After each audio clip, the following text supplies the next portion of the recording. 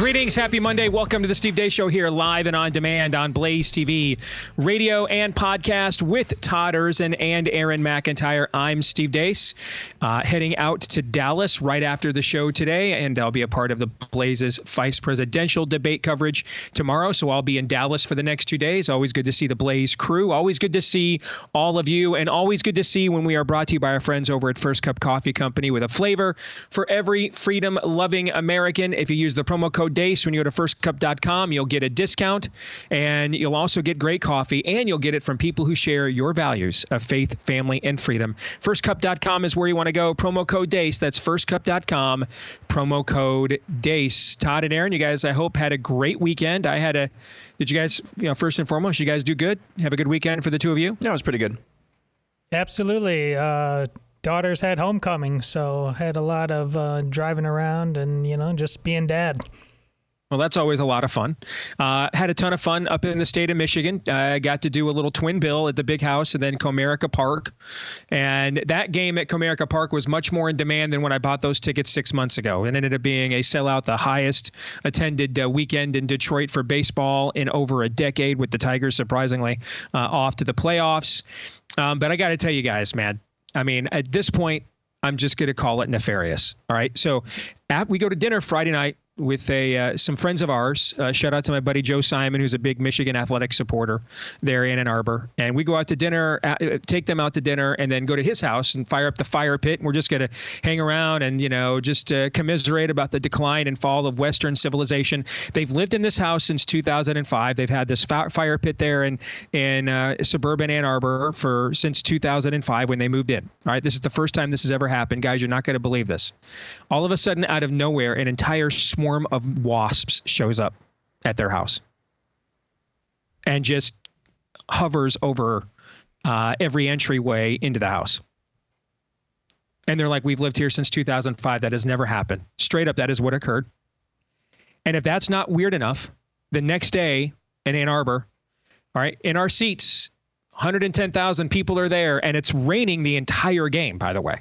Okay, it's been raining the whole game. A wasp lands right on Amy's poncho sitting right next to me. And if that's not enough for you, we're sitting at Comerica Park yesterday behind the third base dugout for the Tigers, the home team, and a wasp lands right in front of where we are sitting. You cannot make this stuff up, guys. I'm just going to say this is nefarious at this point. This is just crazy, guys. It seems to be a sign that you may as well just be here at the studio. They're going to be around you anyway, so just come on, show up. Yeah, at this point, the problem is we've got 80-degree days here now, and whenever you get those days right there at the end of the season, they're the nastiest. But I am hoping, looking at the weather, praying I can come back next week or the week after, because I do miss you guys. I do miss the camaraderie. I mean, don't get me wrong. I love the convenience of doing this in my house, but I do miss you guys a ton. Yeah, all right. Yeah. So I do. I mean, I don't pay you guys for nothing, although sometimes it feels like that. No, but it's good. Right, you need to make the 10-minute trek just to the office. It's good for your soul. You need the leash, a little bit longer leash. It's good for you. So I mean, these wasps were everywhere I went, Aaron, everywhere. Yeah, I was just doing some quick Googling. Are bees or wasps attracted to people who are allergic to them? And what I found is, thanks to Google's AI, is that if you smell like a flower, you're more likely to attract bees and wasps. Do you smell like a flower? It's all that pumpkin spice. There it is. You might have me there. I mean, you guys have worked with me how many years? How many times have you thought Stace smells like a flower? Okay. I usually try not to pay much attention to how I do. That is the correct answer. I set the trap. You did not fall into it, Aaron. Our young Padawan Todd is learning. That is the only correct answer to that question. Well done. The dude code affirmed. All right. Coming up on today's show, our buddy Bob Vanderplas is going to join us at the bottom of the hour. Some recent trends on believers and the upcoming election that we'll need to address with him. That's coming up at the bottom of the hour. We'll address some of your questions with Ask Me Anything in the top of hour 2. And then in the bottom of hour 2, my old buddy, conservative comedian Brad Stein is going to join us. He's in a new movie out from Dinesh D'Souza called Vindicating Trump, and we'll talk about that and more coming your way after we first find out from Aaron what happened while we were away. What happened while we were away brought to you by devastation. Authorities struggled to get water and other supplies to isolated flood-stricken areas across the U.S. Southeast in the wake of Hurricane Helene, as the death toll from the storm rose to nearly 100.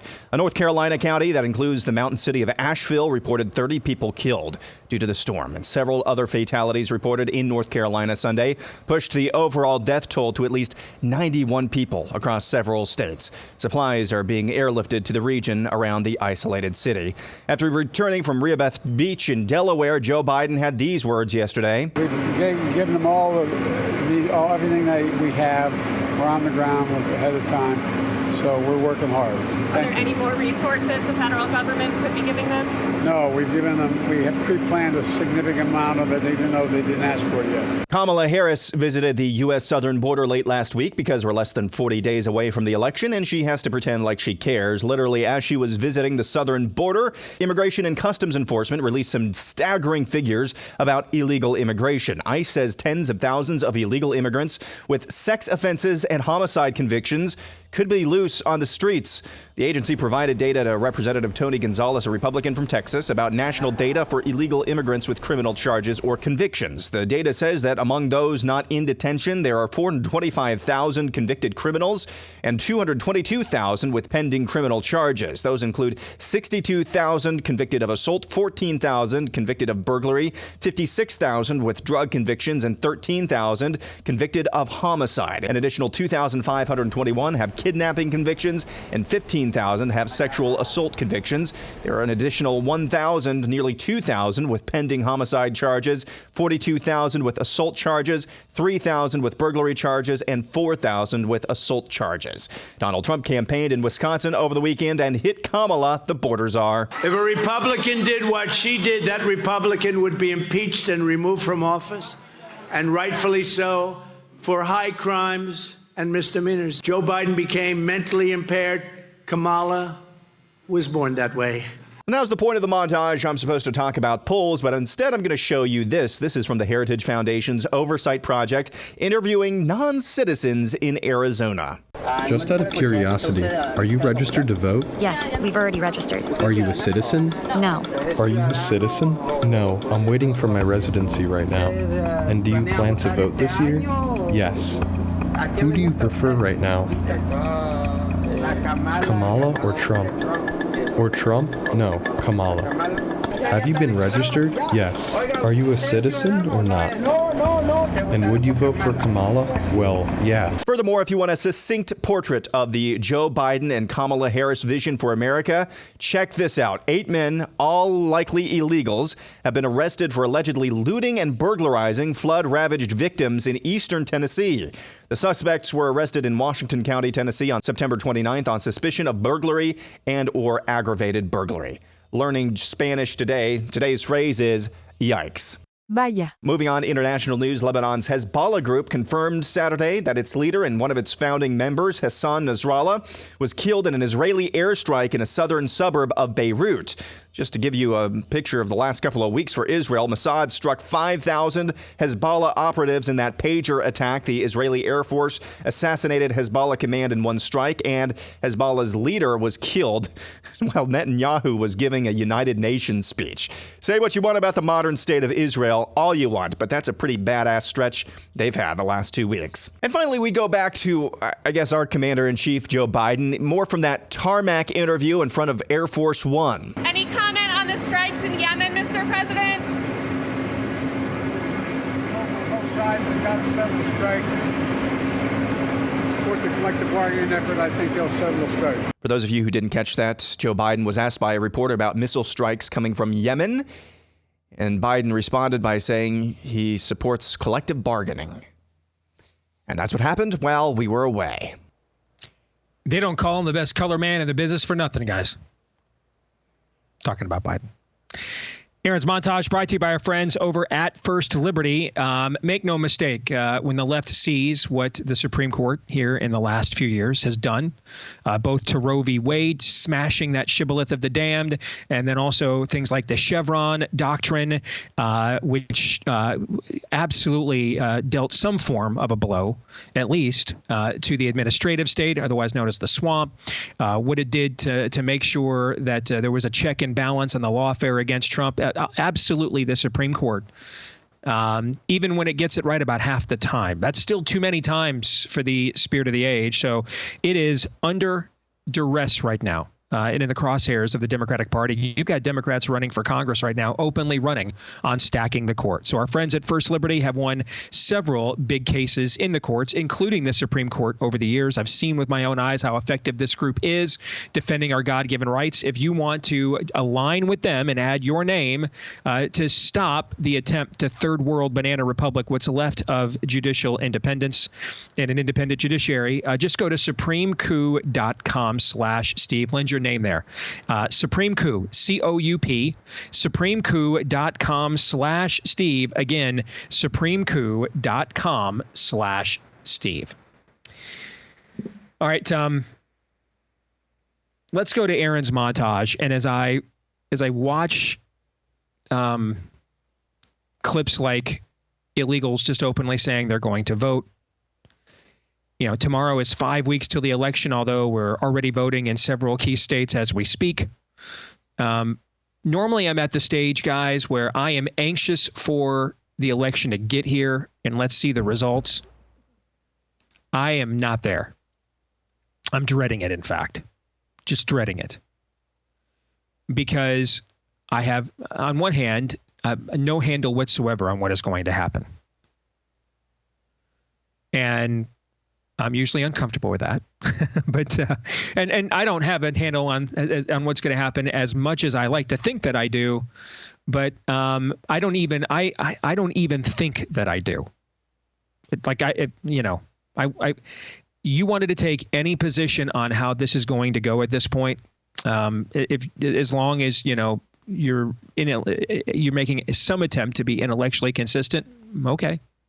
You could convince me of any of the four scenarios. She wins in a blowout. We win in a blowout. She wins close. We win close. But I just have this feeling of dread. Like we're at the part of Weezer's Sweater Song here where we're just down to the last few threads to unravel as a people. And those videos, like Heritage put together, which are necessary, so I thank them for doing it, but they put my teeth on edge. Because I think the worst scenario we could possibly have, and I don't even think it's close, is another questionable verdict. I mean, we are hanging together by a thread here already as it is. So no, normally I'm like, I've done it all. Normally I'm in Keith Jackson, analyzing is paralyzing mode. I'm not. I am. It is an event I am not looking forward to this year because of everything I just said. I think we're in a country in open spiritual warfare, and I have one hypothesis that I'm not ready to unroll yet. I might hear in the coming days. That is actually an optimistic one, but I'm afraid I might jinx it. So I want to see a few more data points here. And then in the next few days, I might lay this out and let Todd and Aaron poke holes in it and then let the rest of you do the same. But other than that, I don't know. I absolutely don't know. And you look at what's transpiring right now in North Carolina as we transition there. And the reality is that if Ron DeSantis isn't a competent, if not exemplary, crisis manager in the state of Florida, the media is covering this hurricane nonstop. And this is the next Katrina for Bush. But that didn't happen. Last I saw a couple of hours ago, they were under 100,000 people in the whole state without power. Millions that had power already restored.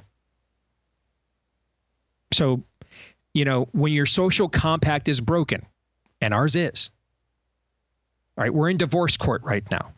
And the judge hasn't rendered a verdict, and this is probably going to be a long, terrible process of determining who gets what, but we're in a divorce court right now. And they're the side pursuing it. And their desire is to take us they're the ones that cheated on us, but then they're going to try to take us to the cleaners. That's where we are culturally right now. There is no e pluribus unum. The social compact is broken now. We are an English-speaking Yugoslavia as a culture. And, given how much more of Guadalajara and Mogadishu and Beijing we're about to import in Tehran, I'm not even sure how much longer that'll be the case. But that's essentially what we are. This is gangs of New York gone macro, gangs of America. Right? These are sectarian differences, interest. We don't even have polarized states anymore. We have polarized communities. I talked to some friends of mine in North Carolina this morning. And you have a couple of college towns, like where Appalachian State is, for example, caught in the crosshairs of this, that are very blue. And then everything around them is very red. I mean, we live right now in what the Dukes of Hazzard subplot was. Every episode it was, can they get across the county line to escape Boss Hogg? I mean, that's where we are. I'm one county away from, forget state. I'm a county away in many places now of, does the Constitution exist here or not?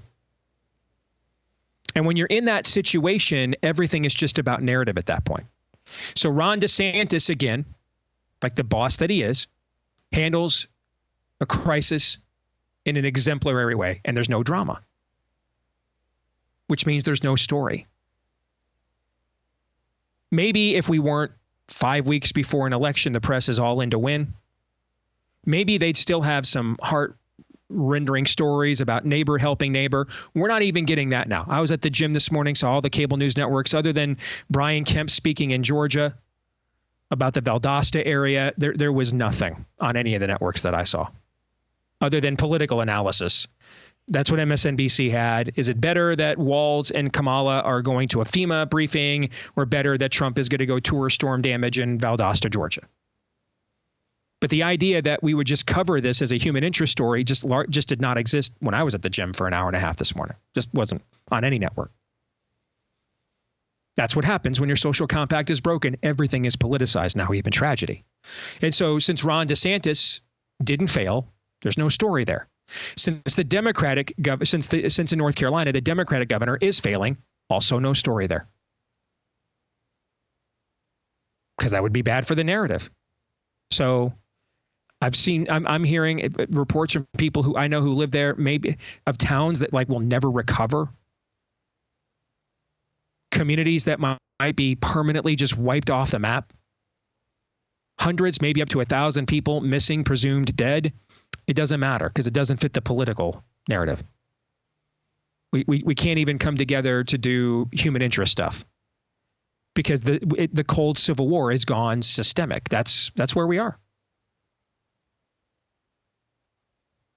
And you've got Ron DeSantis apparently overseeing disaster relief for about, 3-4 different states right now at the moment, while the president of the United States doesn't know, a union strike from a Yemeni strike. But whatever doesn't line up with the narrative that gets us the result that we want, like Kaiser Soze, gone. Never happened. Never existed. And that's where we are. You look at the suffering going on in the Carolinas. I talked to our Blaze president, Gaston Mooney, who lives in the Greenville area. It's a bleep show, is what he said. And there are some people in the Black Mountain region, he said, that those communities may never recover from this there too. So the tragic irony of this is if Ron DeSantis had done a poorer job of managing this hurricane, the people that are doing the suffering in these states would be getting a lot more press coverage, and a lot more and there would be many more urgent and frequent calls for them to get the aid that they desperately need. But he did too good of a job. So there's not. Maybe they could consider renaming themselves Ukraine. And then maybe, the powers that be would come through. But what you've watched here over the course of this weekend, or maybe a better way of saying it, which you have not watched, is evidence of a civilization that cannot, this is not a sustainable civilization. It is not. And everybody says, well, there's too much money and they won't do. When you reach the point that you don't, even on a basic level, want good things for the other party, and that's where they are right now. When you reach that point, it's over. It's over. And it's over here too. From an e-plurb, we are in complete revival or bust territory. Now, how long will the overtake? How long can we sit here as a group of sectarian ideological factions, and then counties within and communities within states where this thing is polarized and balkanized down to a granular level? I don't know. I'm not a divine being. I'm not transcendent. I can't see into the future. I don't have that kind of a spiritual gift. I just know it won't be permanent. Now, I don't know. What is temporary? A century? Could be. When you're dealing with the amount of wealth still stored up in this country, as well as weaponry. It's possible, but this is not a permanent state of things. And the fact that everything now must be politicized, even natural disasters. And we immediately have to jump to they're controlling the weather on one side or climate alarmism on the other. That, again, those are things that happen when you're done living together as a couple. And you presume the worst and most suspicious things about the other. And you would rather follow those tropes than serve members of your family in need. And that's where we are right now. And you're watching that play out. So a lot of people are going to suffer and die, and a lot of communities may never recover because Ron DeSantis did too good a job. And so the media can't make anything of it. So they just are going to ignore it. And then the Democratic governor completely face planted 1 week after, it looked like the Democrats had a gubernatorial election in North Carolina in the bag. And you see Mark Robinson out there visiting the people that are, struggling, not his Democratic rival. So therefore, gone. Down the memory hole we go. Gentlemen, you have any thoughts? Well, you've put that a couple different ways. Down the memory hole we go, or what we've watched over the weekend. And the question remains, did we? That's why I say this is the great trial of the American people and not an election. We are being served up. On this front and so many others, an obvious choice. Just up to us if we're ready, willing, and able to put down the bread and the circuses and be citizens again. That's why I want this to come a month from now. I want to know. I want to know the world that I'm going to be living in the rest of my time, raising my family in, helping them raise their own families in. I really want to know because I'm tired of all of this. I'm tired of... So you're in get busy living or get busy dying mode. Absolutely. See, I get that. I am in I'm afraid of the answer mode, so I'm not eager to get it. Okay, but I hear you. Yeah, I mean... I use this phrase, I use this term or description after the first attempted assassination of Donald Trump. And again, it is a sad commentary on where we are as a country, where we have to distinguish between the first or second assassination of Donald Trump in the last 2 months. And it's like neither of those stories actually happened at the end of the day. But I said this, it's not surprising, but it's still shocking to see this happen. Not surprising that the person they've demonized over and over and over again for the better part of the last decade, that people who hear that rhetoric would then go and act upon it. It is still shocking to see that happening. Mm-hmm. it's not surprising. It's not surprising that basically what could be a hurricane in terms of overall path, overall devastation, in terms of geographic devastation, in terms of the widespread nature of what we're seeing with Hurricane Helene. This is a Katrina-level natural disaster here, just given the path itself. It is not surprising that we're just going poof because of the political machinations at play here that you just described. A Democrat governor of North Carolina, who apparently is nowhere to be found, and a Republican governor in Florida who has everything down to the jot and tittle figured out. It is not surprising that this story is just poof, nowhere to be found. It's still shocking nonetheless, because as you pointed out, I remember Hurricane Katrina as well as many of you do as well. There was still a sense of shared common humanity. There is none of that now. There's none of that. Because what we are up against is fundamentally anti-human. Mm-hmm. And the media, the Democrat industrial complex, they are fundamentally anti-human. So we are all just chattel at the end of the day. You'll get coverage if it fits our narrative. You won't if it doesn't. There is no humanity. There is just power. That is frightening. Not surprising, but shocking. And I think that ties into what's happening with Israel right now. I think that there's a couple of things at play here. Number one, Bibi Netanyahu's age. And he's been through the rigors, some of it self-inflicted politically. And he's had multiple near-death experiences. And I think he's in zero F's given mode now. On top of that, the sense of urgency of, on one hand, you have pro-Hamas, pro-Hezbollah people in power in Washington, D.C. right now that may get further power if Kamala wins. On the other hand, let's be honest, you have a rising tide of people who are anywhere from Israeli skeptics, like someone that is very prominent in our movement that we all admire, although I disagree with them on this, and Tucker Carlson, to those who are just outright, if not flirting with, embracing anti-Semitic tropes on the right, like a Candace Owens, who are very prominent supporters of President Trump. And so if you're Bibi, you're probably wondering, who's the next generation of voices of MAGA where that's concerned. So on either side, you're not sure necessarily where your standing is right now. If you're Israel to some degree, you'd think you have to think you'd have a friendlier face with Trump, but you still have elements even within Trump's coalition that are anywhere from skeptical to anti-Semitic. And so now's the time.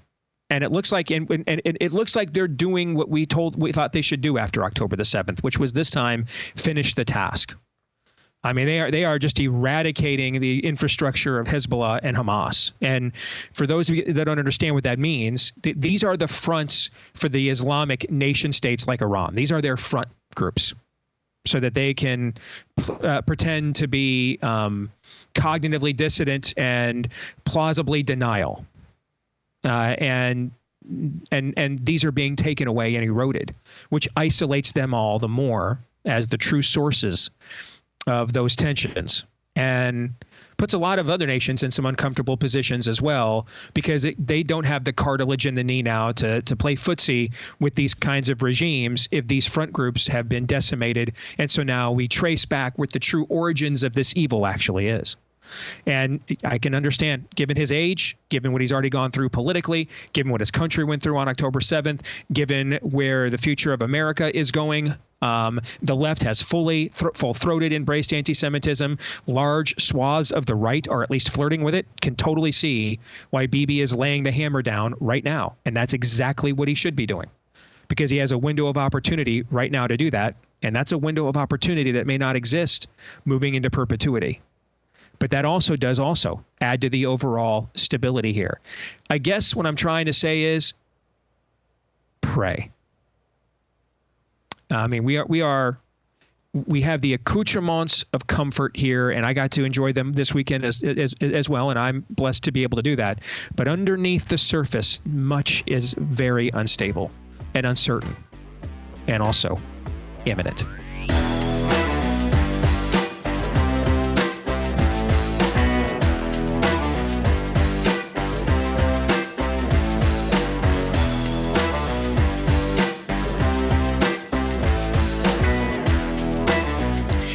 right, back here on the Steve Deace Show, we are powered to you by our friends over at Preborn here on Blaze TV. And I know a lot of you are just really mystified. How is it possible we lost the plot after overturning Roe v. Wade on the policy and legal side? And yet here we are. But nevertheless, there is still great work being done on the ministry side, on the baby saving side, including our friends over at Preborn, who they were one of the few already prepared for a more person-to-person fight here over the sanctity of life with their approach. And it's modeled after what you see in the scriptures. There's truth and grace. That is how persuasion takes place.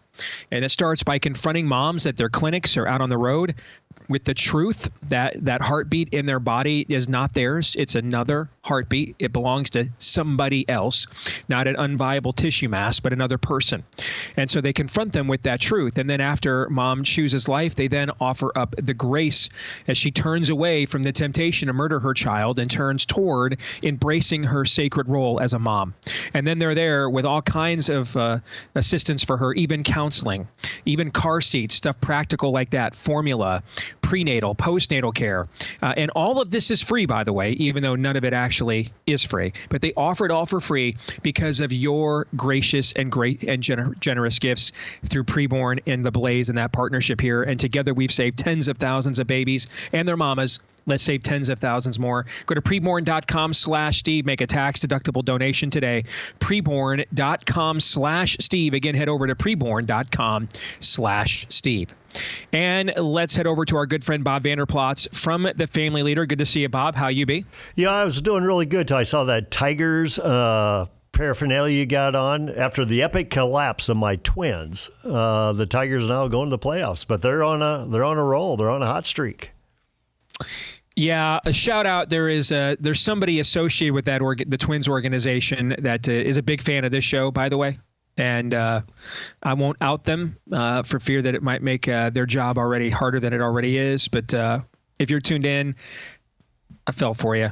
I was kind of hoping it might not be at you guys' expense, but maybe the Royals' expense. But yeah, that's a tough season.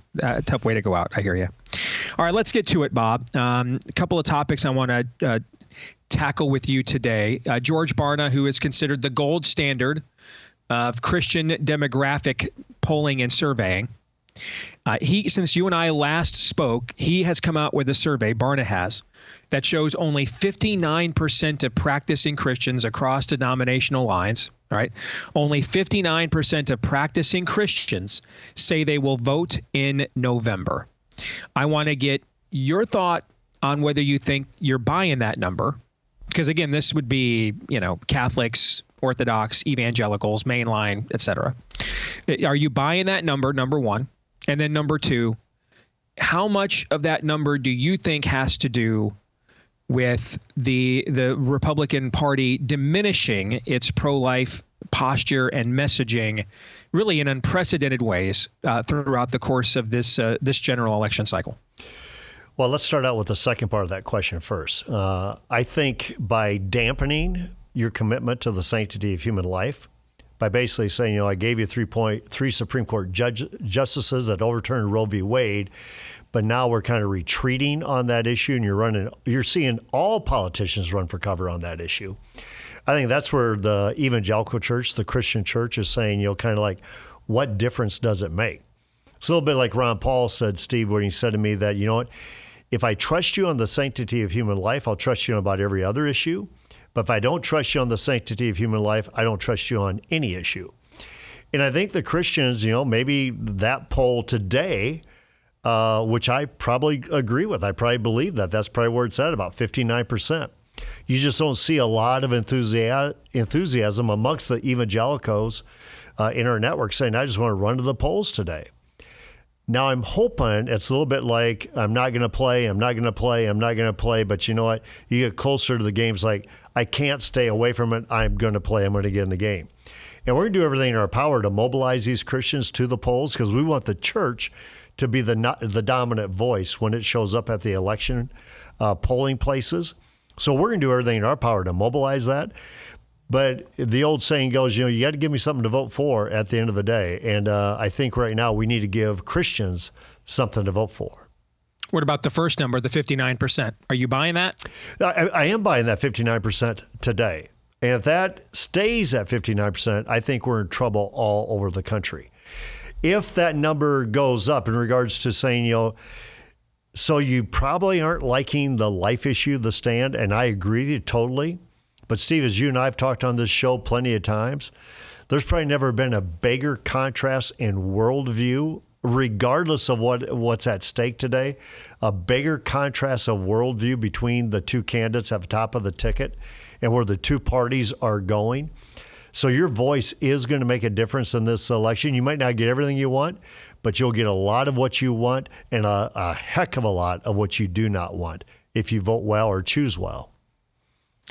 All right. In a minute, there's some other research that just came down since you and I last spoke. I want to get your take on. But first, a word of warning, if you're going to take advantage of, if you're like, hey, man, if they're going to game the system and just cut interest rates despite inflation here to try to carry Kamala's carcass across the finish line at the end, I might as well take advantage of that in the real estate market. If that's you, make sure you do not go in there alone, but you go in with an agent you can trust. Where would you find them? The name says it all. Go to realestateagentsitrust.com. That's realestateagentsitrust.com. And a lot of times those agents we're going to refer to you from our database are from right here in the Blaze audience. And we don't refer anybody to you who doesn't have a proven track record of success. So whether you're just trying to get across town, maybe you need to go across the country, make sure that in these unprecedented times, Bing. you have a real estate agent you can trust at realestateagentsitrust.com. Again, that's realestateagentsitrust.com. All right, Bob, another very respected, I think what's key about the data we're citing here is really outside of Pew, there's almost nobody within corporate media that I trust, because I just don't think they even understand the terminology in many cases that they're researching. So the research that we're citing here today is coming from people who are like in Barna. Our own camps, like Barna, who have proven through the test of time here. And Lifeway Research, based out of Nashville, would be another one of those. Okay. So Lifeway Research has evangelicals and Christian churchgoers favor Trump over Harris. If you claim to be an evangelical by belief, okay, then you favor Trump 61-31. So this would include, by the way, because everybody's like, well, I thought Trump got 86% of the evangelical vote or whatever. That's the white evangelical vote, right? So we're talking, people, it's a diverse church. So we're not just talking about white evangelicals, but all evangelicals. Lifeway has Trump ahead by 30 points. Among people who just say they're Christian churchgoers, and this can include evangelicals, it cannot include evangelicals, but people who identify as Christian churchgoers, the margin is much closer, 49-41. So I don't know that either one of those I find all that favorable. I mean, it blows my mind if you claim to be based on the scriptures, how Kamala is getting 1/3 of those votes, unless you're voting on things, you're claiming to be sola scriptura as an evangelical, but you're voting on the melanin level in your own skin or whatever plumbing God gave you between your legs, and you're falling for the canards of the spirit of the age, despite what you are claiming you believe. But amongst all people claiming to be Christian churchgoers, Trump only leads by 8. Your thoughts? You buying this research too or not? Well, I am. And the first one's more concerning to me than the second one. And let me tell you why. The first one is what evangelicals. Evangelicals means that I have personalized my faith and I want to share it with Todd. I want to share it with Aaron. I want to share it with my neighbors. I want to live out my faith in the space in which God has called me to be. And so the evangelical vote being 61-31, I believe the evangelicals, by and large, take a look at the choices that we have and say, listen, they're two flawed individuals. Now, you can go to the degree of flawedness, but they're two flawed individuals who represent two completely different worldviews. And one is going to advance religious liberty. One is going to advance life way more than the other is going to advance life. One's going to, give you at least some stability, hopefully in the Middle East, as well as around the globe. The other one is not. So therefore, that first number, that 61-31, that concerns me more. The 49, the Christian churchgoer, Steve, what that includes is all your mainline denominations as well. And a lot of them have left the scriptures. And so therefore, if we take a look at in the state of Iowa, where we have the Church Ambassador Network, or across the country in 20 states where we have the Church Ambassador Network. We have a couple of plumb lines to be part of the Church Ambassador Network. One is you got to believe in God's word to be completely true. And two is that Jesus is the way, not a way. This is a Christian church. And we see that you're eliminating about half of the churches because they don't believe either in the totality of the scriptures and the sovereignty of the scriptures, and they don't believe that Jesus is the way. So what you're seeing reflected there is what are they being taught? So there you get the 49 to 41. I do believe amongst the evangelical voters, though, I'd like to see that number start reaching into the low 70s. 61 to 31 is still a little bit concerning, and that could leak back to your previous poll about you got to give me something to vote for. So looking back at 2020, Trump won white evangelicals 81 to 17 over Joe Biden. Joe Biden won non-white evangelicals 58 to 40 over Trump. Trump actually won mainline Protestant voters 52 to 47 over Biden. Black mainline Protestant voters went 88-11 for Joe Biden. White Catholics went 59 to 39 for Trump in 2020. Non-white Catholics went 68 to 31 for Joe Biden. He ended up winning Catholics by 5 overall. So I guess this really comes when there's a very clear racial and ethnic identity breakdown here, right? And so, and this is why, for those of you who is the target audience for all the talk of everybody's a racist, who is the left trying? What's their target audience? White Christian nationalists, etc. This breakdown gives you an idea of what that game plan is about. All right, and can they get people in the church to vote on things other than what the church actually teaches? And if they're successful at doing that to a certain percentage, they win that way. And that's what they're trying to do, is by and large, they're trying to get non-white churchgoers to see their faith through the same identity prisms that they operate with on their side, as opposed to a biblical worldview, which really there is no, other than Jew and Gentile, that's the only real sectarian differences as we would know them today. Race is not, as we would know it today, is not a construct in the Bible, like at all. Mm-hmm. Okay. And so this is an attempt to get people who claim Christ, but to see the world and act on it the way that they want to. And that's why they do that labeling to keep the church in the way that it votes divided. Yeah.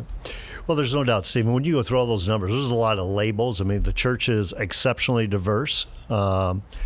God's word is an equal opportunity offender. I mean, it'll offend the left, it'll offend the right, it'll offend Republicans, it'll offend Democrats, but God is God. I like how Tony Evans says, I didn't come here to take sides, I came here to take over. That's God's prism in which he looks at things. But when you take a look at it, if we can mobilize, because we take Barna's research, which gets more disturbing, is the number of Christians who actually have a biblical worldview. Because that number is dismal, meaning they call themselves a Christian, they may go to an evangelical church, but they do not have a biblical worldview. Our goal is to take the remnant of that church, those who still believe in God's word to be entirely true and Jesus being the way, to now speak into that congregation that they need to be a timeless and prophetic voice at the voting booth. And that is where the counter becomes. But you're right, Steve, there's a lot of churches today that are teaching identity politics. They have left the truth of the scriptures. They've been more influenced by the culture versus transforming the culture of God's word. And so that's why I think you see the complexity of the church and the difficulty in polling this. But I think right now, if I'm Trump, you need to turn out the true evangelical voter that still believe in God's word to be true. Final thing, your family got some good news over the weekend, I hear. Yeah, we had great news. Steve, I'm going to bring you back a little bit because you guys stood there with me during that time. But when Lucas passed away, it'll be 3 years ago this November, one of the songs we had played at his funeral was The Goodness of God. That you've been good to me all the time, you've been good to me. and just so good, the goodness of God. And our daughter-in-law was pregnant at the time, and she gave birth to a grandson of ours, Dixon James, on December 17, which is 12/17, which is my birthday and Darla's birthdays combined. 12. So there's the blessing. And to see another daughter-in-law in the mix now with Daniela, with Josh, and our youngest son, Logan, got engaged over the weekend, we take a look at it and going, you know what? God's sovereignty, he's good. He's got this under control. In the good times and the bad times, we will praise his name. So we praise God afresh, and we couldn't be happier with Logan's choice, because in our family, we still believe marriage matters. Well, and it's a good reminder, too, we are on the precipice of some very dangerous outcomes here in this country and the West as a whole. And yet, though, in spite of that, we are still blessed beyond what we deserve. And we get reminders of that, like your family did over the weekend. And it's a good way to not make sure to be alert, to be on guard, to be engaged, but to not let this steal your joy either, and turn you into a Chicken Little at the exact same time, right? And we're awash with blessings right now, as you mentioned, Steve. But I think it also made me take a look at family is still the basic unit of government. If you can have a mom and dad raising kids, and those kids, and from generation to generation, things will be a lot better off. So keep the main thing the main thing. Amen. Good to see you, brother. Thank you. Good to see you. God bless. Yep, same to you. Thanks. All right, coming up next hour on the show, we're going to get to some Ask Me Anything. I'll get to as many of your questions as I can. We're only going to have one segment this week for your Facebook questions for Ask Me Anything, because at the bottom of next hour, normally, I just, with everything going on, this just got lost in the shuffle, but Dinesh D'Souza has a new movie out. Came out this past weekend called Vindicating Trump. Old buddy of mine, conservative comedian Brad Stein, has a role in that film, and he's going to join us at the bottom of the hour to tell us about that movie, but also kind of give us his take as well about where we are headed as a people. And you just, again, look at the data that we just discussed with Bob Vanderplatz, where identity politics has clearly entered into the church, clearly. And that's a problem.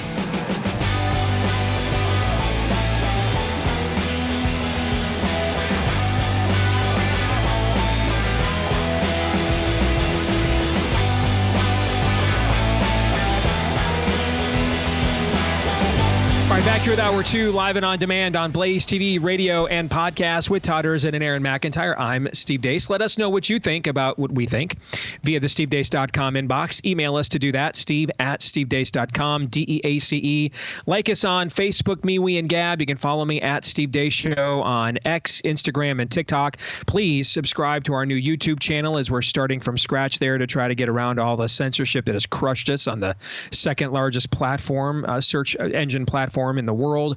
At Deace Show on YouTube is where you can go. At Deace Show on YouTube. Again, at Deace Show on YouTube. And if you listen to the podcast, we appreciate you so very much. Please, if you wouldn't mind showing your appreciation for us by leaving us a 5-star review if you like the show. And we appreciate all of you who have. Hit subscribe and also follow, which is what you do on iTunes these days. And that'll assure that every time we do a new episode, it will show up in your feed every single time. And we appreciate all of you that have done that for us as well. This part of the show brought to you by our friends over at Fume. If you've ever tried to break a bad habit and it felt like you were climbing Mount Everest in flip-flops, well, here's a breath of fresh air. It's called Fume, and it's not about giving up. It's about switching up. Fume takes your habit and simply makes it better, healthier, and a whole lot more enjoyable. It's an innovative, award-winning flavored air device that does just that. Instead of vapor, Fume uses flavored air. Instead of electronics, Fume is completely natural. And instead of harmful chemicals, Fume uses delicious flavors. You get it. Instead of bad, Fume is good. It's a habit you're free to enjoy and makes replacing your bad habit easier. Your Fume comes with an adjustable airflow dial, and it's designed with movable parts and magnets for fidgeting, giving your fingers a lot to do, which is also helpful for de-stressing and anxiety while breaking your habit. All these are reasons why Fume has over 300,000 satisfied customers, and you could be their next success story. For a limited time, use my code Steve to get a free gift with your Journey Pack from Fume. Head to TryFume, F-U-M as in mama, F-U-M, tryfume.com, and use the code Steve to get a free gift with your order today. Free gift with your offer code Steve when you go to TryFume, F-U-M, tryfume.com today. Use the offer code Steve. All right, coming up at the bottom of the hour, old friend of mine, conservative comedian Brad Stein is going to join us. But let's get it rolling, gentlemen, with some Ask Me Anything. Todd has selected the questions from our Facebook page, has delivered them to Aaron. I have yet to see them because I like being blindsided because I'm just weird like that. So, Aaron, let's begin. We'll begin with Jonathan Winston, who asks, when people like Steve Lawson fail us, what should we do? So for people that don't know who Stephen Lawson is, he is a prominent Reformed preacher, I would say out of the John MacArthur mode in Dallas, Texas. Very, very well respected.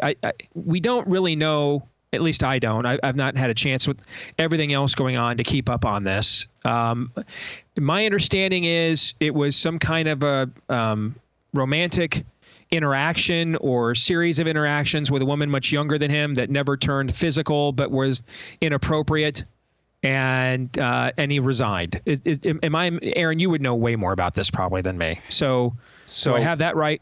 I think this is a good discussion to have because he is a public figure with public ministries. So I don't think this is in a violation of the Word of God to discuss this, and I think it's important to discuss. Yeah. Number two, having said that, I've seen so many conflicting things about what actually happened. I don't really want to comment, but the gist that you just laid out there is what I know for as sure as I can be. Okay. And I think Stephen was, 74, 76 years old, right? This woman, I believe, was in her 20s. All right. So he was already approaching retirement age, presumably, or even past it in other eras. So I think the answer to this question comes down to whether you go to that church or you don't. Okay. I mean, if you go to that church and this happens, a lot needs to take place for that church to be made whole and to be healed again. And there's a possibility that it may not happen. If we're talking about the general public, they're not the same thing at all morally. Okay. But someone sent me a note this morning and asked me, hey, I'm going to go to a conference and, let me just look it up. Who is Alistair Begg? Okay. And Alistair Begg is being brought in as the key speaker. What do I do?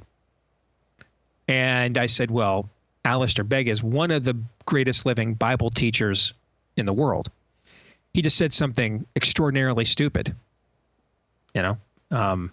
when he urged someone in his, I think it was a radio call-in show, guys. Wasn't that what it was earlier this year? Yes. I think. Yeah, it was part of his. Okay. It was a part of his radio ministry, and he was fielding a question about what to do with a family member who has succumbed to tranny madness, and whether to go to their quote-unquote wedding that isn't real, right? Like their tranny madness isn't real, and he suggested they should go.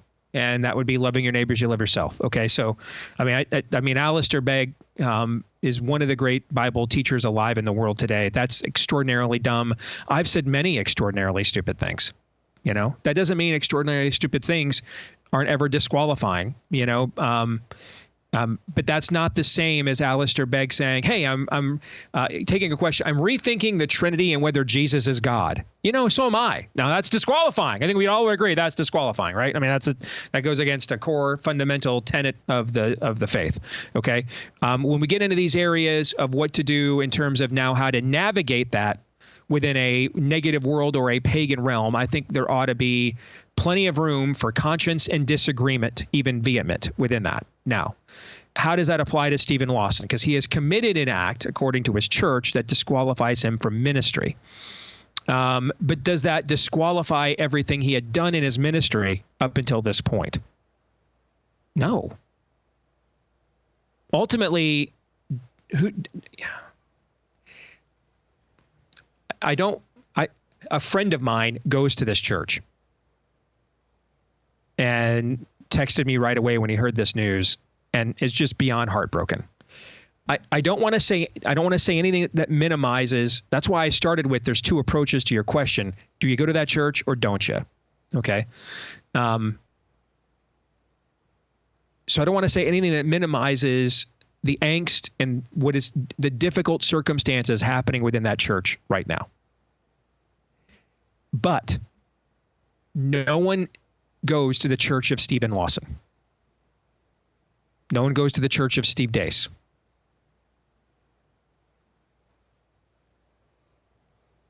You may go to your denomination may be Lutheran, but you don't go to the church of Martin Luther. And Martin Luther was probably an anti-Semite. There's a couple of things in John Calvin's ministry work about how he treated people who dared to disagree with him. You're like, not sure that's mercy triumphs over judgment level stuff there. Ultimately, you go to the Church of Jesus Christ. Now, as Stephen Lawson committed acts that disqualifies him from the office that he held within that ecclesiastical structure, according to the church he ministered, the answer is yes. But does that mean everything he previously said was false? No. If it lined up with the scriptures then it lines up with the scriptures now. They don't change. And that's why the accountability falls on Stephen Lawson. Jesus already paid it all. All to him I owe. Sin had left a crimson stained. He washed it white as snow. His work is done.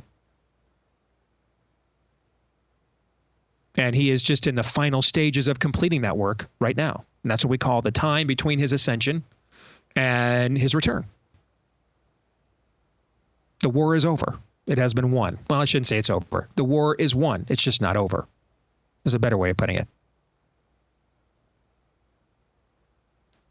But the credibility of the church does not rest on Stephen Lawson or Steve Deace or Todd Erzin or Aaron McIntyre or John MacArthur or Pope Francis, thank God for that, or anybody else for that matter.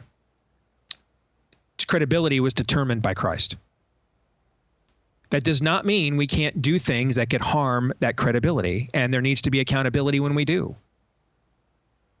I more than flirted with harming my own accountability when our marriage nearly dissolved a few years ago. By God's grace, we didn't. And now that seems like it was so long ago, it's hard to believe it was 4.5 years ago. Like it almost never happened, given where our marriage is now. But that's the difference between when you come to the line and you cross it to when you come to the line and you don't. And when you come to the line and you don't, there's mercy. And when you come to the line and you do, there needs to be accountability. And then once that accountability is met, then there can be mercy. But that does mercy, and but by the way, mercy is not the same as restoration. There's mercy for Stephen Lawson for the acts that he committed. What there is not is a place in a pulpit for him in the future. That's accountability. Jesus sits at the cross and he is flanked by two criminals. One of them owns up to the fact he's a criminal and deserves to be on the cross. He is getting the punishment he has earned. He has fulfilled what the Bible says the wages of sin is death. He's on that cross for good reason. He recognizes that Christ has no reason to be on that cross, at least earthly. He accepts accountability for his actions. Jesus grants him mercy, but it will come after the accountability. He says, today you will join me in paradise, he says to the criminal on the cross. Now, why will he join him in paradise today? Because he's going to get rightly executed for his crimes first. He's got to face the penalty for his crimes first. And then after that, accountability has been merited. He will receive the mercy that he asked for. So I also agree. There's a lot of confusion too about what to pursue here publicly. I think in this era, if you're going to allow yourself, you can go viral and develop a following organically in this era and not try to.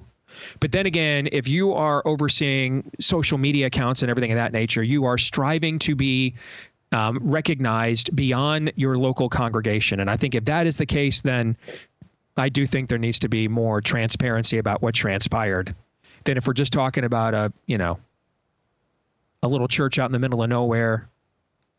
And it's frankly just their ordeal to suffer through and overcome. But we're going to make celebrities out of these guys, then I do think there is more accountability that should be given. To whom much is given, much is required.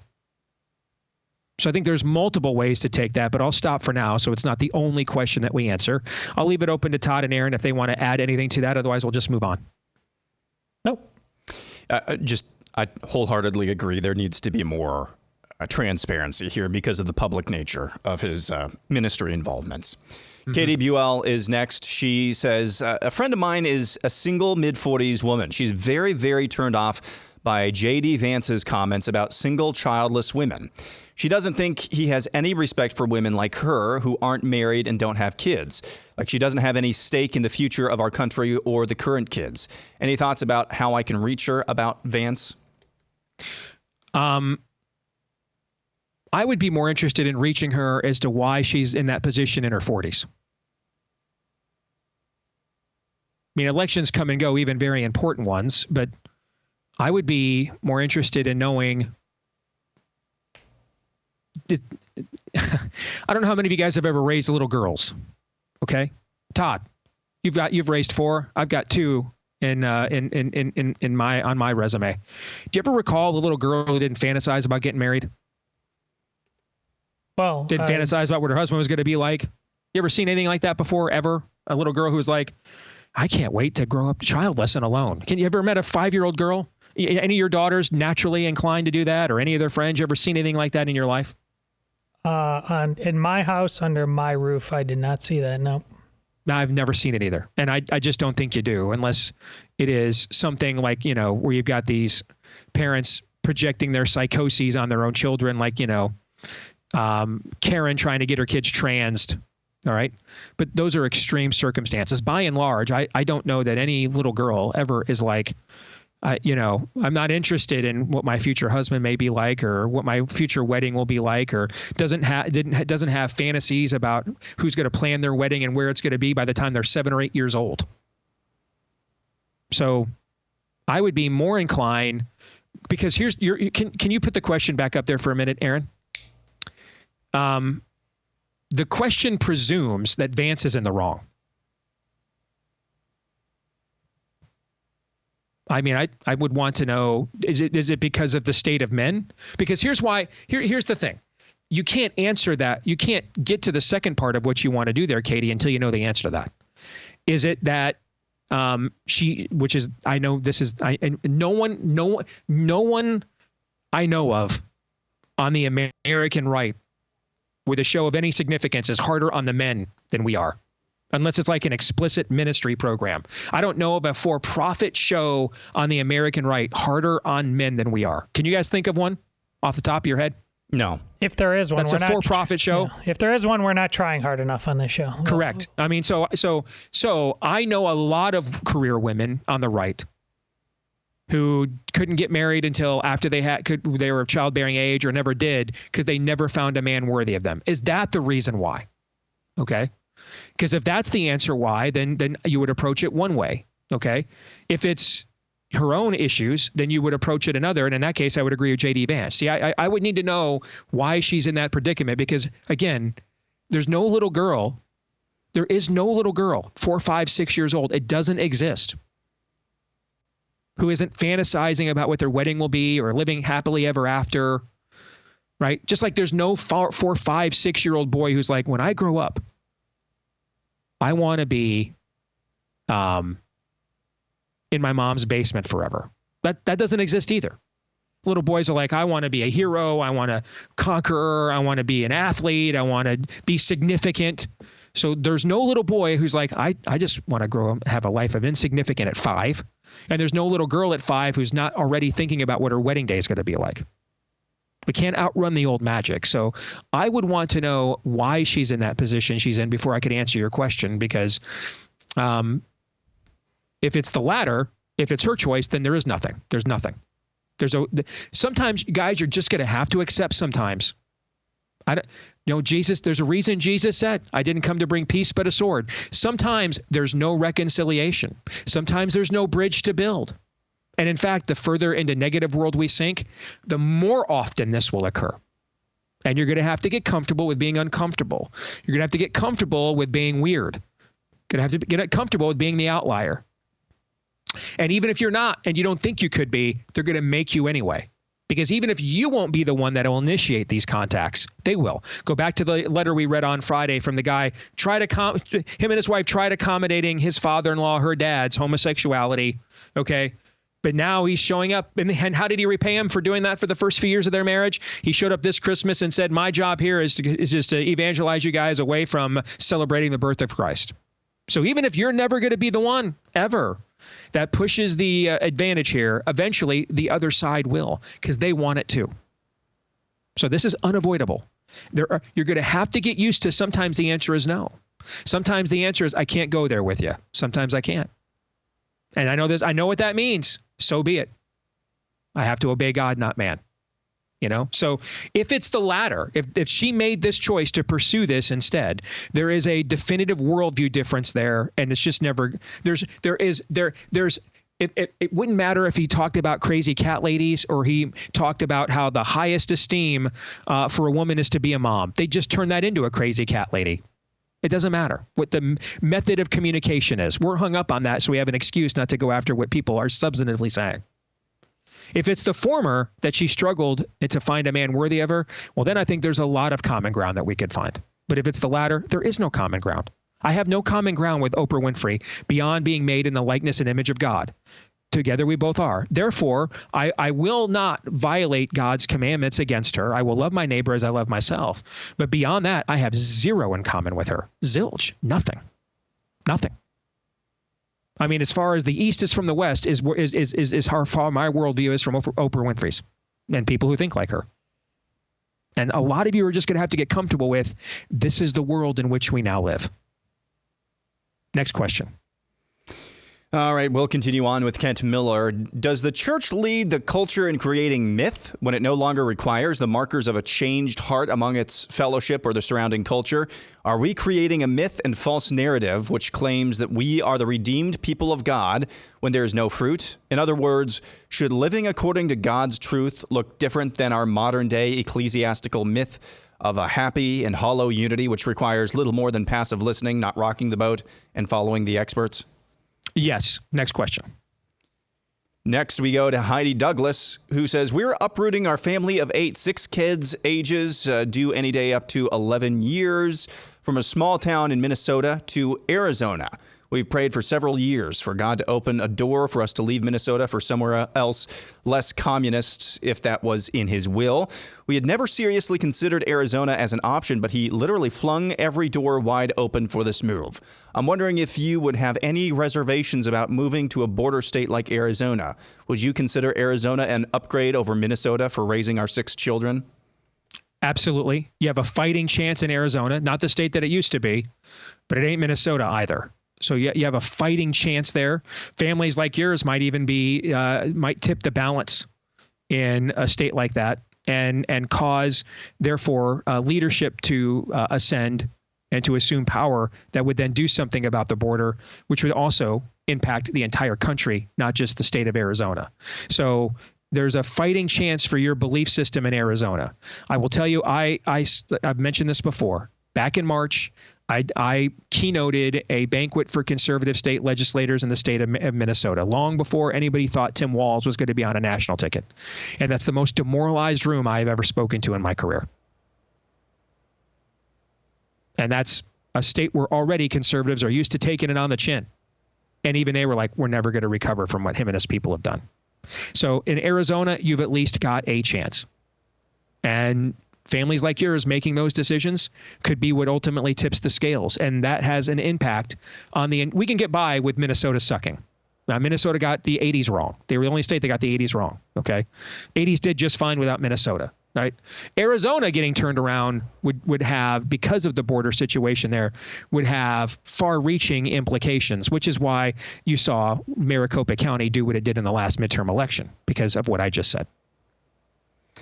Next. Before we get to the next question, one more, hey, real quick, that's a good reminder, by the way, about our friends over at Patriot Mobile, because if we're talking about moving to places where we can have strategic cultural impact, you can move your mobile phone account to Patriot Mobile and do that as well. First of all, you get an outstanding product. All right, if it wasn't good, wouldn't recommend it to you guys. Our family's been using Patriot Mobile the last few years. Have never looked back since we made the switch, never regretted it.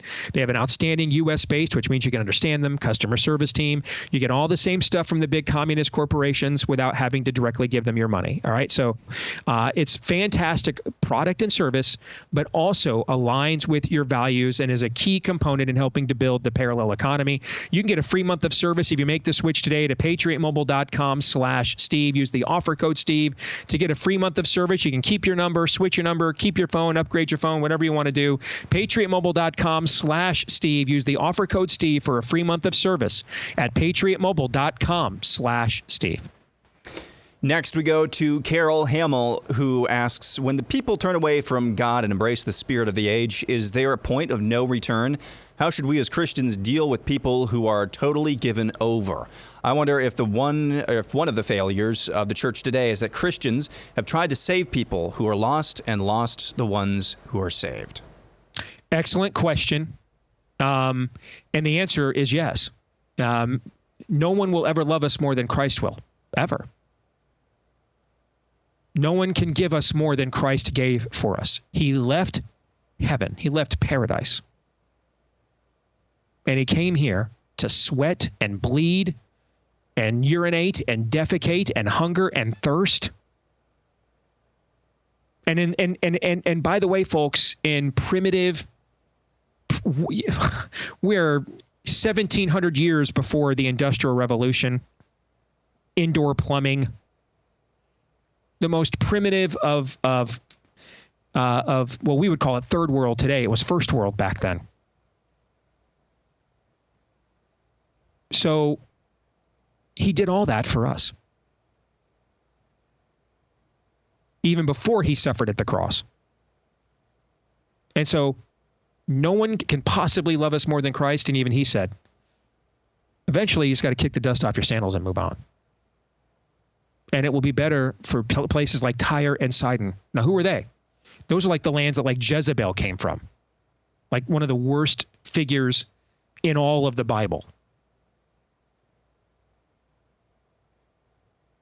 And Jesus says it'll be better for those pagan civilizations that gave birth to these kinds of demonic influences on the day of judgment than it will be for when people hear the actual gospel that they didn't and then still reject it.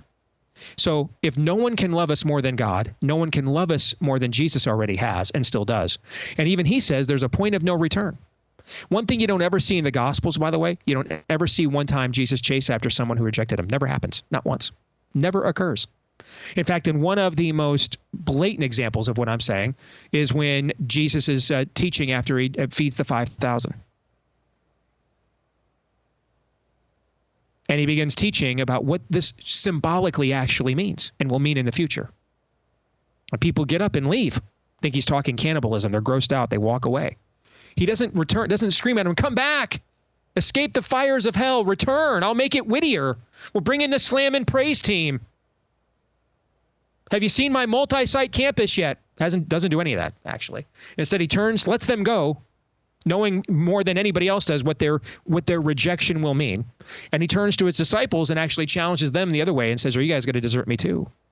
That is completely foreign to the American church model. The American church model is we don't feed the mature. We don't even move people to maturity. And we keep seeking after people long after they have demonstrated they have no interest in the gospel. But we've made them comfortable in the church anyway. Total anathema. Paul says in most of the letter of Corinthians is Paul basically just cleaning house. Throw that person out, get rid of them. Stop teaching that. Don't let those people in.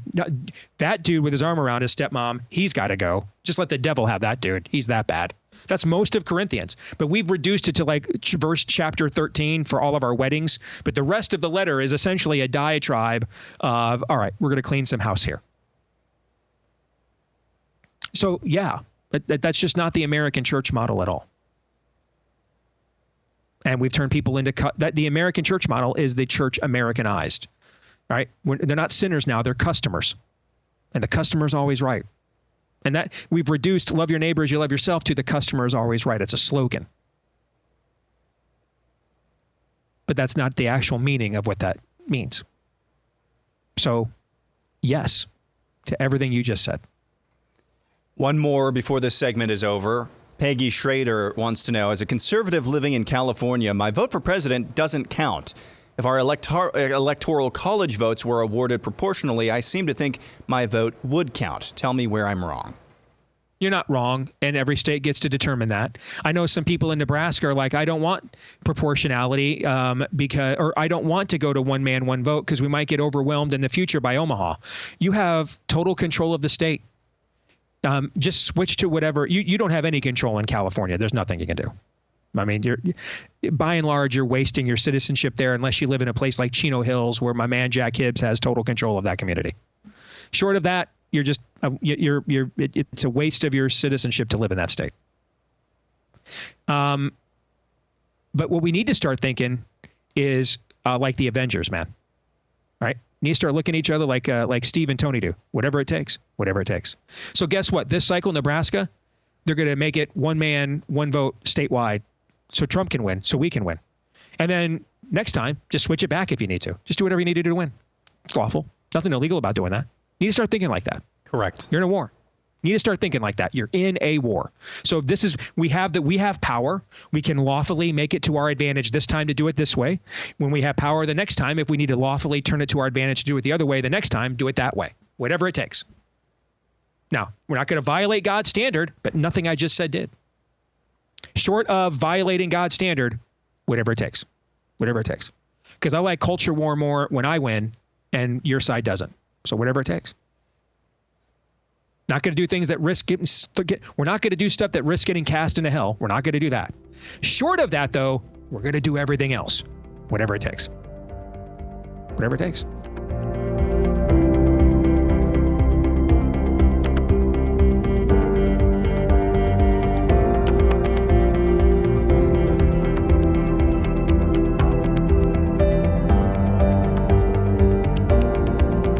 All right, back here on the Steve Deace Show, and we are brought to you by our friends over at Focus on the Family. Of course, never before, as it is right now, has it been more crucial to have a strong, biblically grounded foundation, especially when it comes to your family and your marriage and parenting your kids, and to stay on that narrow road. And for decades, Focus on the Family has been a key asset and tool in the toolbox to help believers do exactly that. And now the latest iteration is Focus on the Family with Jim Daly, his daily podcast that helps you to confidently guide your loved ones and your family through unique challenges faced by today's Christian families and parents. And it's built on decades of trusted, compassionate stories of redemption, and it connects you as well to biblically sound advice on marriage and parenting that is relatable, practical, and also interesting. So it's not just a podcast, it's a lifeline. It'll help you to listen, learn, and apply and thrive in Christ, and it'll be a difference in your family's life today. Just go to focusonthefamilywithjimdaly.com, and you can visit there to learn more and listen as well. DALY is how it's spelled. Focusonthefamilywithjimdaly.com. Again, focusonthefamilywithjimdaly.com. Well, some would refer to him as the most dangerous Christian conservative comic in America. I know him simply as my buddy Brad. And Brad Stein joins us here on the show. He's in the new movie Vindicating Trump. It is good to see you, brother. How are you? Well, you know what? I have been heckled many times. I have had stuff thrown at me, fired, as a comic.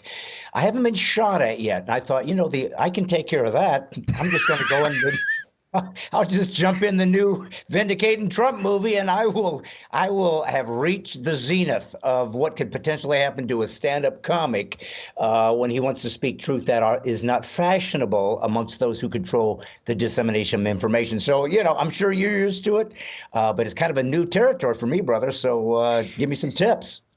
The gallows humor of laughing about being shot at is just where you are in a cold civil war, and that is where we are today. Knowing you've already rehearsed your line, like your "I ain't got time to bleed" line, like whatever you're going to do when they finally take the shot at you, and how you're just going to carry forth and carry on like nothing happened, right? Well, you know what? It's funny because I've had people on many times when they see my clips, especially, but sometimes, a lot of times at my live events, they'll come up to me and they have this phrase they use very often. Thank you for speaking the truth. Thank you for standing up for these things. And Steve, it's always bothered me. I got to tell you, they're being kind, they're being generous, but I'm kind of like going, this is the problem. I'm not supposed to be the only guy speaking the truth. I'm a comic. I mean, it kind of goes with the expectation of historically what comics do, and that is break the taboos, do the hard things, make the monarchy and the peasantry inequality, take the shots, punch up, which is totally left now. I don't know how they always think, oh, you guys are so mean, you conservatives, you punch down. Nope, you guys control everything. You're as up as it gets. We're punching at you and we can barely reach you. So, I find it fascinating that as much as I appreciate what people like about what I do as a comic, my thinking is if you're not doing likewise in your sphere of influence, we're, I don't know if you can say screwed on your particular podcast, but we are. They've heard worse. Yeah. Yeah, well, we're screwed because if everybody isn't standing up for freedom, liberty, and you only stand up for that by literally doing it in real time, even if you're the only one in the room, it's not going to work. It has to be courage, and courage is sorely lacking in America. You're going to kill me because I always forget how many people in the Nashville area I actually know every time I go down there. I was just there last weekend speaking at the Cheatham County GOP event down there. Okay. And you're going to like what one of the things I said to them was, right now, especially in a state like Tennessee, there's not much you can do to control the outcome of this presidential election. All right. The ads have been bought. Okay. The debates have occurred. We got one more, tomorrow night with the VPs. And by and large, organic events we cannot control are going to determine this thing. And we need to spend more time focusing on what we can control. And I just gave one example to everybody in the audience. Here is something you guys can all do. This is the year, and we all have an Aunt Petunia. This is the year that Aunt Petunia is not going to get to hijack Thanksgiving by regurgitating for you every Chiron and lower third she watched on MSNBC for the last 364 days. This is and I said first to the men, because we always start with the men. I always do. First, men, this is going to be the year you're not going to just look down your chest and say nothing. This is the year you're going to be like, I'm your Huckleberry. I just wanted to have Thanksgiving and enjoy some cranberry sauce. But if this is the conversation we're going to have, I came loaded for bear. This is the year you're going to do that. You're going to push back, because that's what men are supposed to do. But then I looked at the ladies and I said, but ladies, this is the year that you're not going to elbow him in the chest or in the rib cage and say, let it go, because Aunt Petunia is not going to let it go. So he's not going to let it go. You're going to back him up. You're going to trust that he understands how to do this with power under control. And then later that evening, when you guys get back to the house and you put the kids to bed, you're going to reward him for his initiative like it was the wedding night all over again. That's what you're going to do. And we need more of those kinds of attitudes amongst our own people. We're done just letting it go. We're not just letting it go anymore. Well, no, and here's the thing. The Bible says, study to show yourself approved unto God, a workman that needeth not be ashamed, rightly dividing the word of truth. In other words, the Bible is replete, Stephen, with expectations that you study as a Christian, that you understand not only your faith, but also the values, the cultural values that Christianity created, which, of course, is justice, which, of course, is ending slavery, which, of course, is women's rights, children's rights, being good to your enemy, enemy, which no other belief system says, is to love your enemy. It's absurd. And pray for those that despitefully use you. The good news is it doesn't tell you what to pray. So I guess it's up for grabs.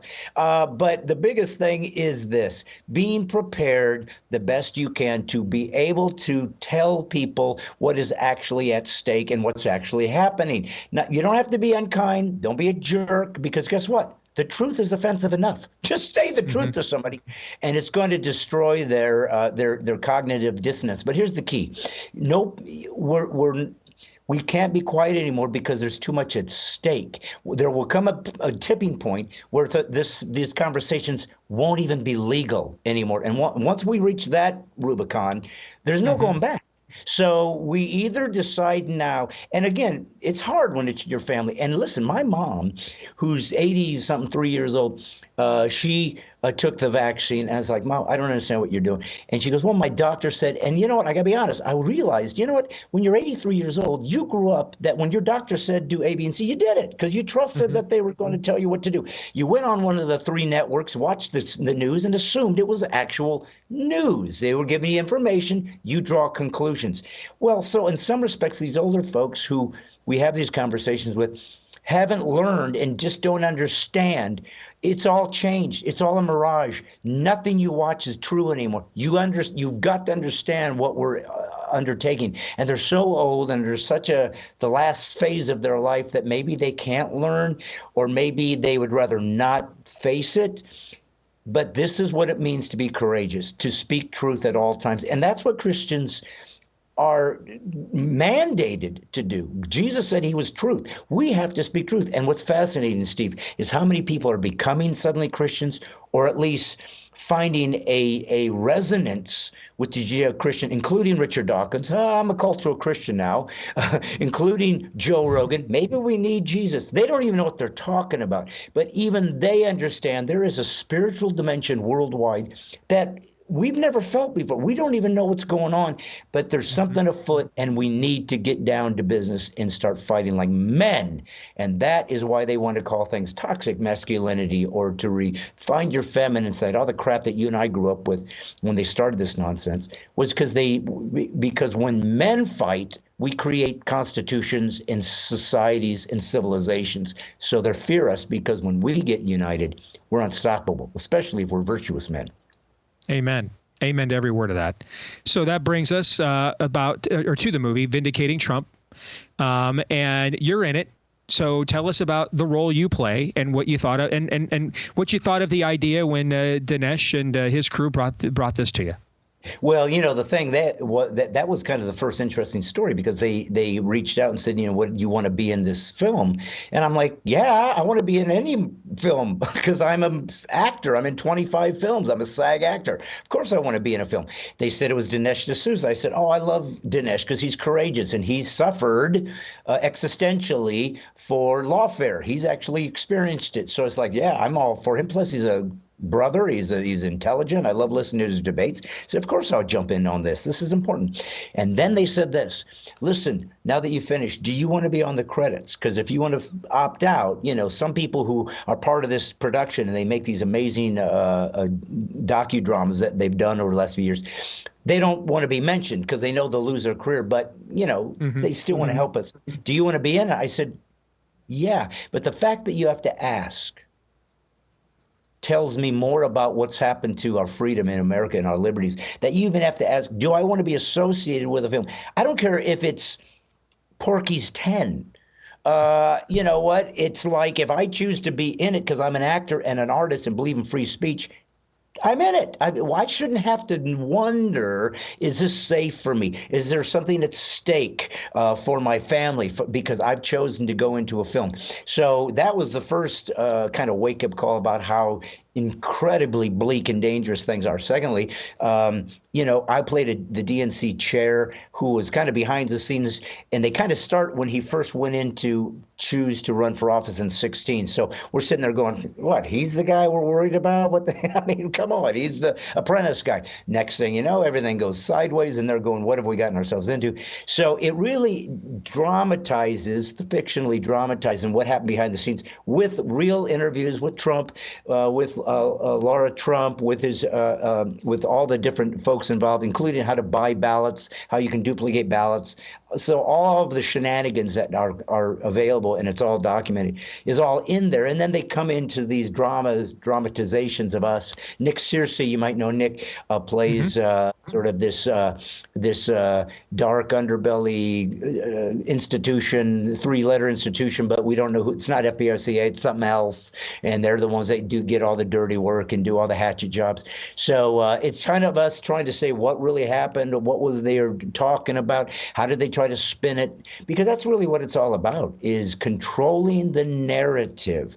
And like I said with my allusions to my mom, when people got used to trusting, then they don't know how to unhitch from what became the way they found information. We don't know what's true anymore. We got AI now. I mean, it is so dystopian that you can't even. It's almost like we look at 1984 and go, "Oh, that was quaint," because it's legit. We're living this thing. So I think this is it's another way of trying to make an end round against those who control the information distribution source by going through films and just telling a story, giving information, giving data, in the hope that those who don't believe that logic, reason, truth, data, and information is white and racist, for those who haven't gone there, might be influenced by this, might find this interesting, might reimagine who Donald Trump actually is. Certainly doesn't make him as he's this perfect saint. He was a philanderer. He was a billionaire in the 80s, not a Christian. I don't even know if he is now. So, yeah, he was getting a lot of sexual conquest. Who wouldn't? If you're a billionaire secularist in the 80s in New York. So, he's moved on. He ain't doing that anymore. He's tried to, I guess, evolve his life, hopefully in spiritual dimension. But that's what we're here to discuss. That's what it's about. It's entertaining, it's informative, and more importantly, it just shows that it gives you one other tiny little thing you can do to stand up for old values and conservative, traditional, original intent of the Constitution, which is the only shot we have when it comes to the legal aspect of keeping this nation afloat, and that is to go back to the rule book and demand it's implemented. All right, I've got 1 minute. I got to ask you, how did you put yourself in the part of the head of the DNC? How did you do that? I just kind of played him like naive, we don't have anything to fear. We're in control of everything. We know what's really going down. We really know how that this game actually works. As these guys continue to speak about the Constitution and truth and right and goodness and everything like that, we just learn how we can cheat, how we can get ballots faked, how we can come in behind the scenes, have electrical outlets go forth, and next thing you know, there's new votes for the adversary. Basically, they are ruthless. They're Machiavellians. And they don't care. They believe that we are all evil, that don't believe like them. And so they have the right to do whatever is necessary. There are no morals there. They don't need any. They care about power. It's real. We're facing it. And this is a movie that might help you vote for a guy that might help us try to overcome this if we can. All right, guys, if you want to get tickets, you want to see the trailer, both are available at vindicatingtrump.com. Again, that's vindicatingtrump.com. Once again, vindicatingtrump.com. It's in theaters now around the country. Brad, good to see you as always, brother. All right, it's been too long. We won't wait this long before we bring it back. All right, congrats on the film. Amen. And you got to come on mine, and next time you're in Nashville, call me. I will. I always forget how many people in Nashville I know. I always forget. So, yes, I will make a note of it. You bet. Thanks, Brad. All right, brother. Thanks for having me. All right, take care. You bet. All right, gentlemen, we got about 2 minutes here. You guys have any final thoughts before we close it out? Well, some of this seems to zero in terms of the movie and the mystery of why Donald Trump, just being the Donald Trump that he actually is, isn't enough on all sides.